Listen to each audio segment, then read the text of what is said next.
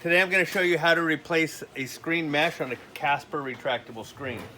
First thing you want to do is orientate the housing with the flat part of the housing face down and the magnet facing towards you. Come over here and take the end cap off of the right side. You might have to take a screwdriver and stick it in and pry it off. And there'll be a bearing that's in there independently. Take that off and hold it here. There, usually when the screen is prepped, it'll have a boot like this on the end cap. So you can take the boot off. Come over to the left side of the housing. Again, there will be a boot on the pull bar. You can take the boot out. Then this end cap needs to come off. Again, you might have to use a screwdriver to wedge it in there and then gently get it out. When you get this side out, it has a spring attached to it, so carefully unwind the spring so you don't hurt yourself. Pull this out. And then the mesh, you can take the whole tube out that is attached to the pull bar. So it'll slide out. Then you'll take the new mesh. Let's pretend this is the new mesh.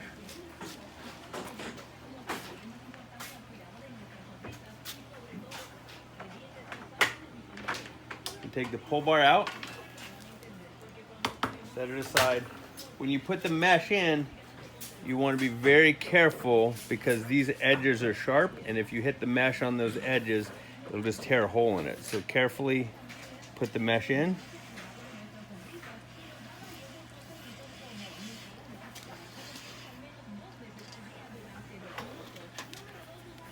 Then the pull bar, there's a channel on the pull bar that the mesh needs to fit into. So this plastic piece is we call it the mesh mate. And the pull bar should slide right in.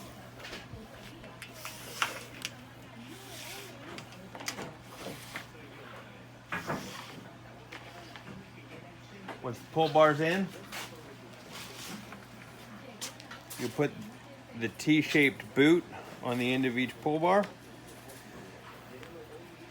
You might have to use something to tap that in. On both sides.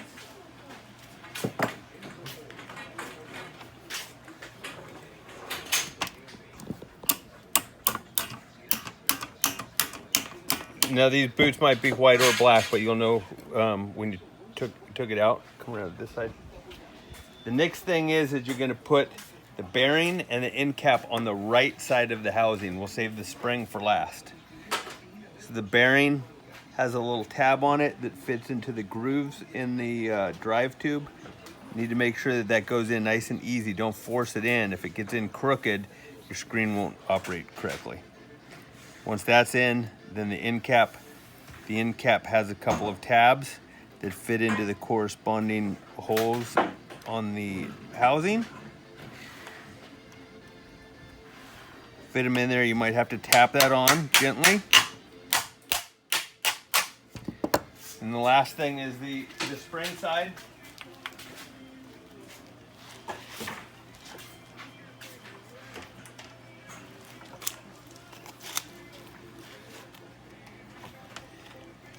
Again, the tabs fit in.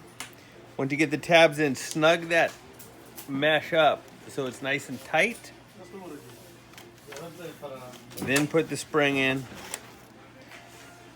You want to put probably 14 turns in the spring. So when you do the turns, the top will go clockwise. Be very careful because if you let it go after about 10 or 12 turns, it'll hurt your hand. So you put your, just like that. Put your 13 or 14 turns in, slide the sleeve in. This side also has a bearing. You want to get that tab on the bearing in independently. into that drive tube. Make sure it fits in easily. You don't want to force it in. And then the last thing are the tabs on the end cap will fit into those same corresponding holes in the housing. And again, you might need something to tap that in. And that's it. Your screen should be working.